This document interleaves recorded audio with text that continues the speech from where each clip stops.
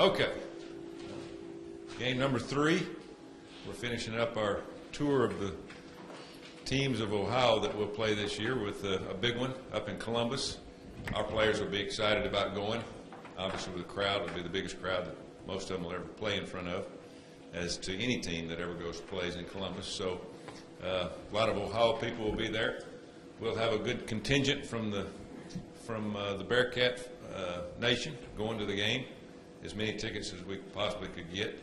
And I've been indulged with everybody from out of state that's a friend of mine wanting tickets, but a lot of them are having to stay home. But big game for our team, but it's like any other game. We've got to get better. We took a step backwards last week after our first game with Toledo. We didn't get much better in some areas.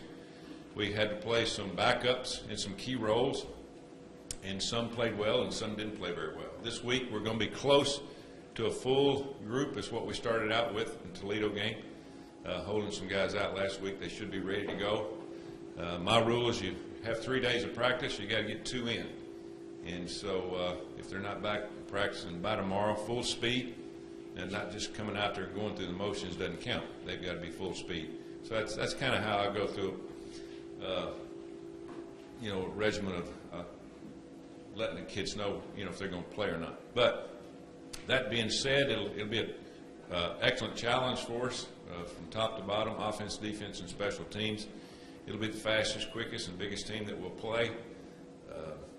It's very similar to what we do on offense and defense, so we'll get a little carryover. We throw the ball a little bit more than what they have and have in the past. They're throwing more with this quarterback than they did with their quarterback of past, but they've got excellent receivers, running backs with speed, big offensive linemen, and we'll have to have a heck of a game plan, to be able to win some, or if any battles at all, to be able to have a chance to win this game.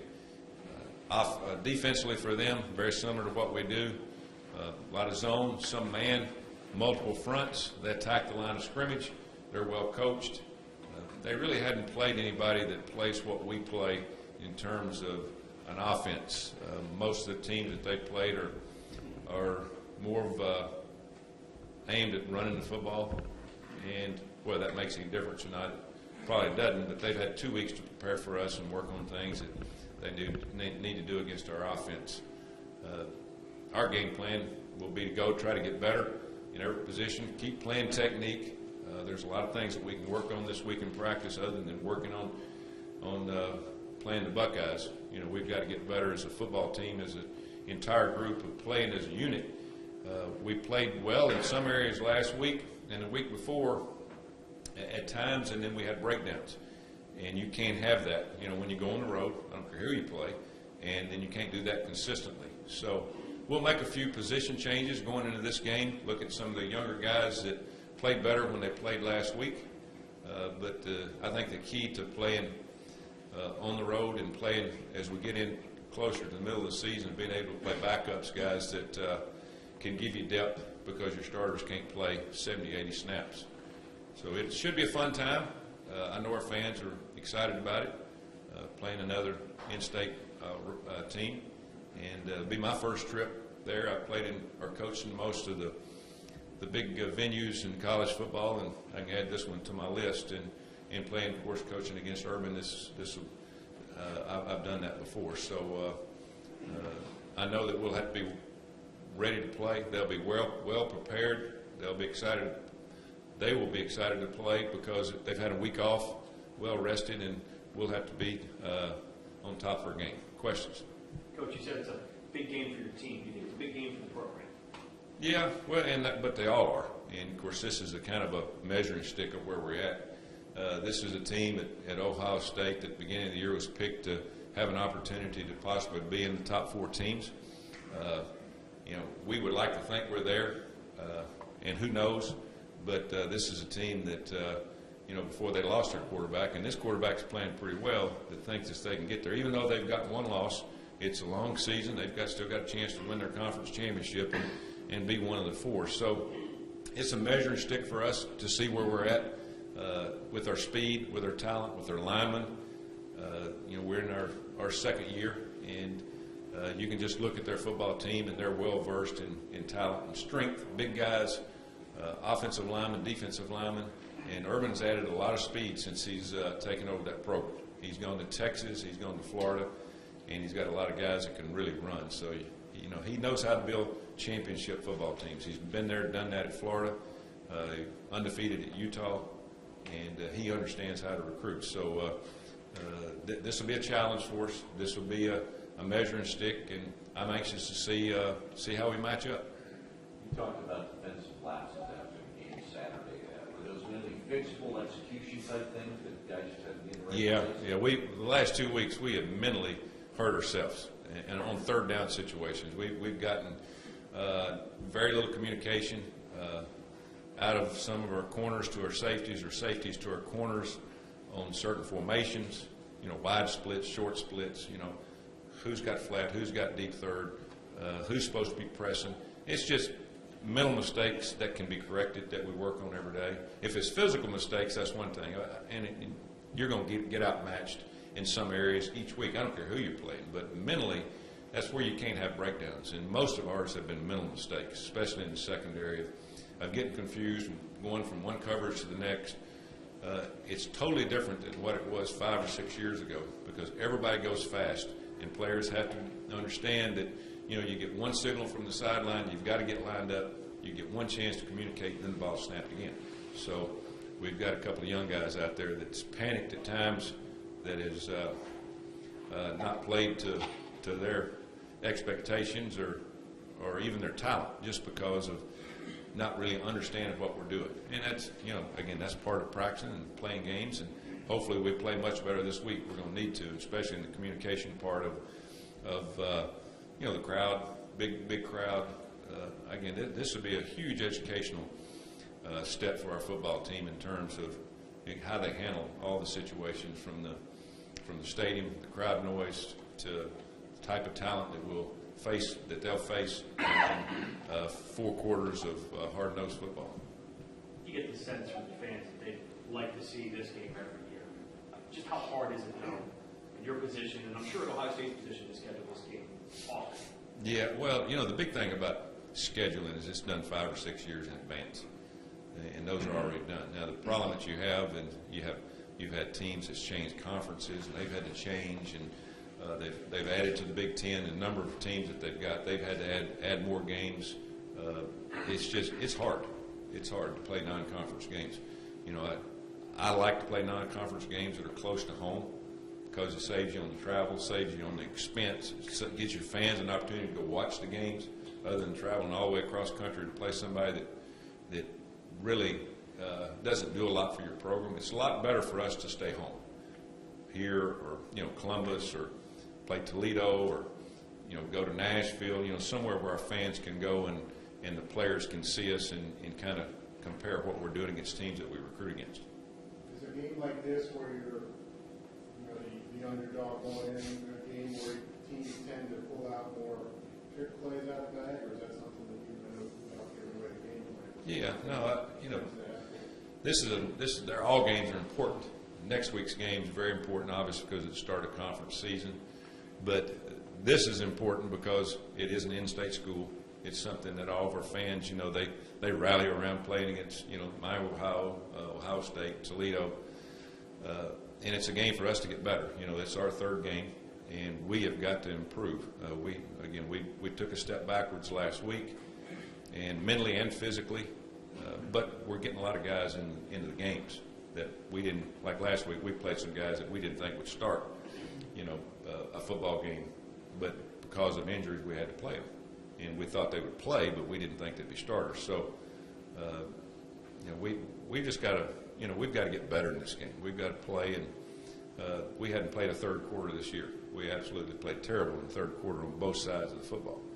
I mean, it's not hard to look and tell. The Toledo game, we looked sluggish, and last week we looked sluggish and turned the ball over. So hopefully we can get that attitude changed, and it's all about attitude and how you look at halftime and come out of the chute like you did early in the game. And so again, there's a lot of youth on this team that's got to learn how to play and play for 4 quarters when you're in the game. Gunnar didn't play as well last week as he did the first week. What does he need to do better this week to give you guys a chance? He needs to quit pressing, but he also needs some help. You know, he got a lot of help in that first game because, you know, the good passes he threw, we didn't drop any of them. And he threw 3 last week, should have been caught, 1 for a touchdown. So you don't get those opportunities very often. Take advantage of your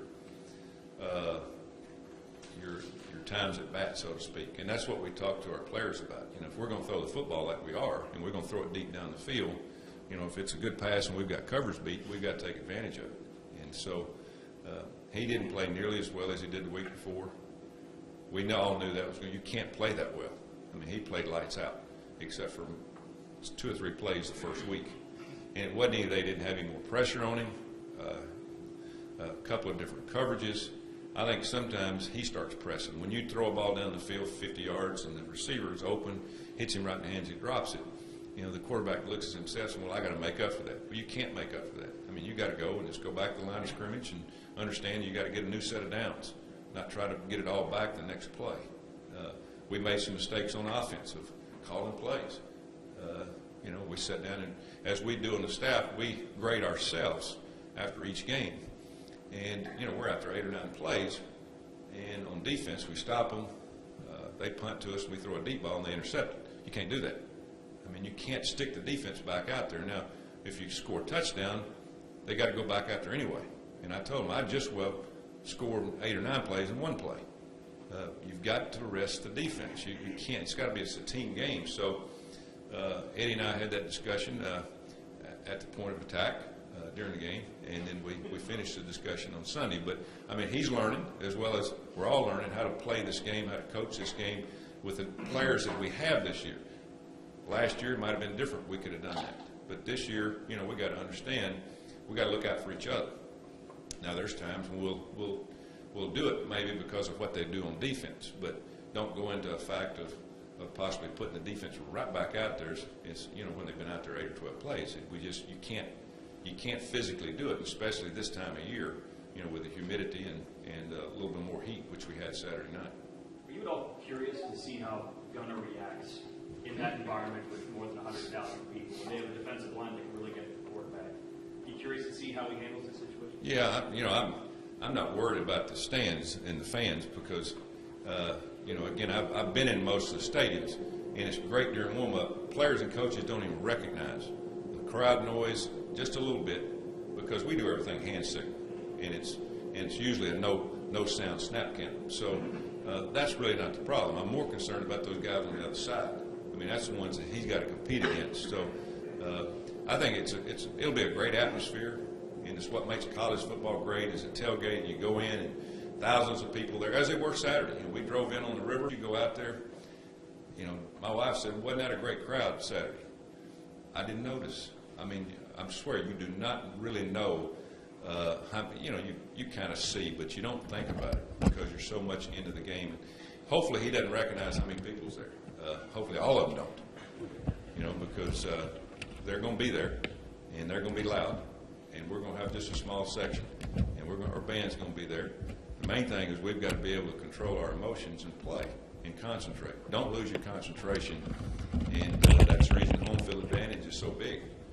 Whether you got 100 or you got 40,000, home field advantage is huge because those emotions can be exemplified because of the people in the stands, yelling and screaming and all those things. When you're on the road, it's you, your sideline versus everybody in the stands and the other team. So excellent learning experience, good chance for a learning experience. Hopefully we take advantage of it and learn from everything we'll go through from Friday when we leave to Saturday when we get back. Some of these guys have not been on the road and traveled before, played in front of anybody else other than us and our fans. You always compete for many of the same players, and I'm kind of wondering, do you have some guys who probably feel they got passed over, honestly? You know, we don't compete against Ohio. There's probably 3 or 4 that we've been in on that we've tried to recruit. I think in the future we'll have a better chance as we get the program going the way we want it. But you know, like I tell her, there's plenty of people out there. There's plenty of players that's available. Sometimes we have to go a little bit farther to get them because we're not going to get the ones that we'd like to have because of Ohio State. They got their foothold in the ground. You know, they've made a name for themselves over the years. They had a great tradition, and we need to build on what we've done here. And so we just can't worry about that.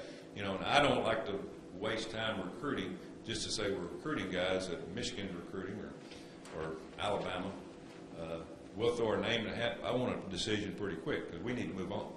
And we need to move on and get somebody that we feel like fits what we can do and can help us win games and championships. Coach, you just touched on the recruiting.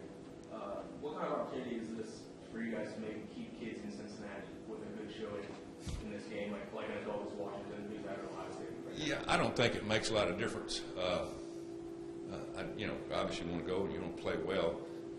I worry more about not just Cincinnati. I worry about state, region, and nationally of playing each week on television because, heck, every one of our games are on TV. All of our recruits, we're recruiting people from East, West Coast, North, and South. We send letters out.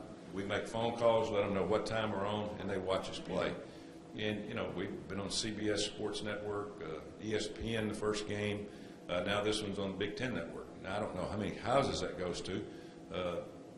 You know, I'm sure it goes to quite a few, but every time that we play, we understand that we're a billboard for advertising for the university here and the athletic program and the football team.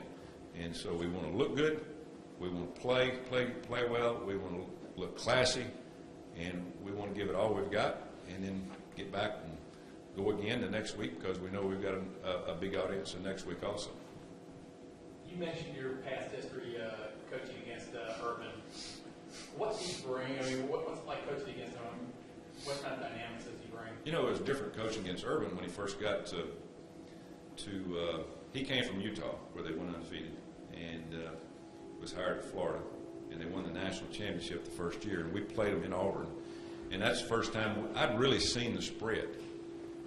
You know, it hadn't been around that long, and so he introduced to the SEC, which is now more prevalent in the SEC, and they've gotten away from, some teams have gotten away from the 3 yards and cloud of dust, some have not.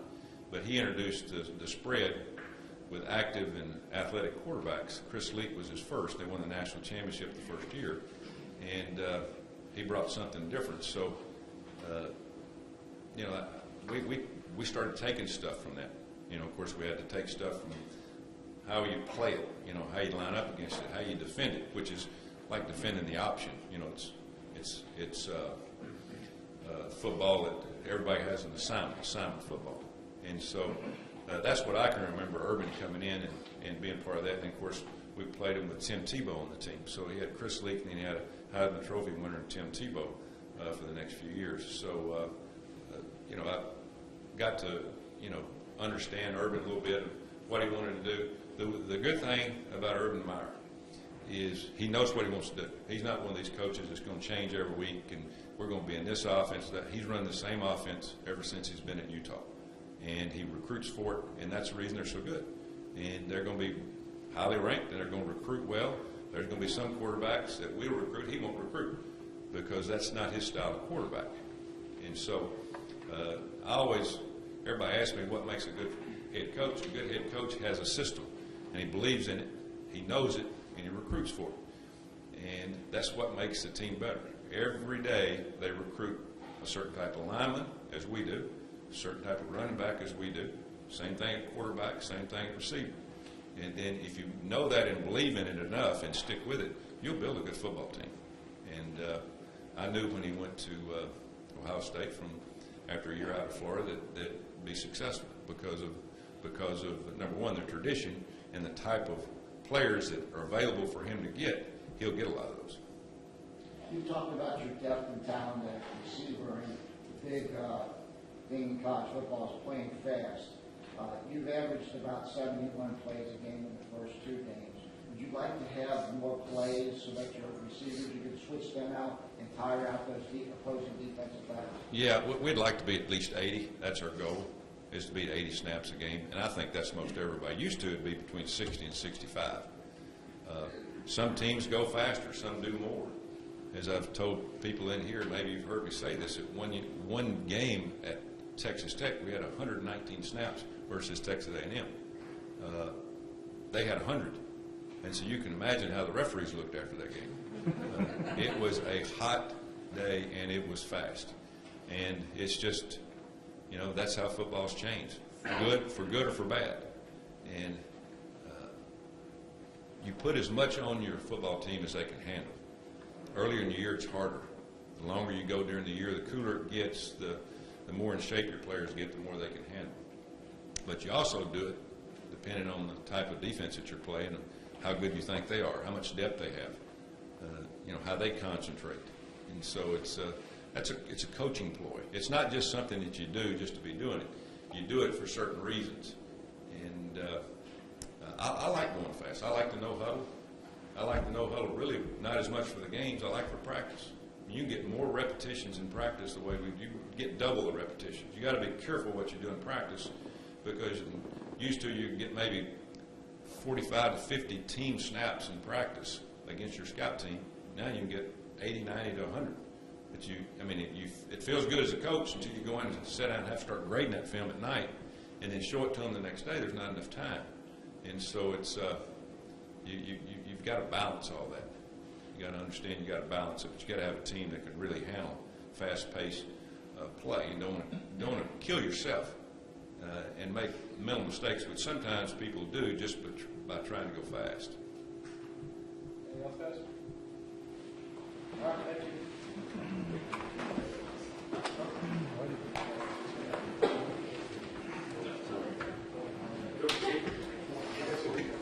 So you really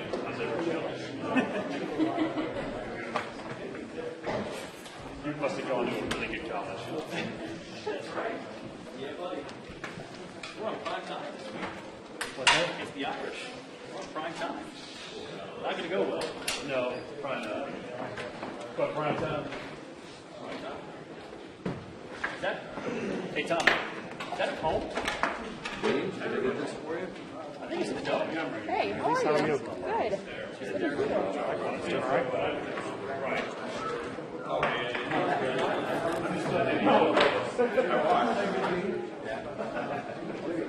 Terry, you're disconnected.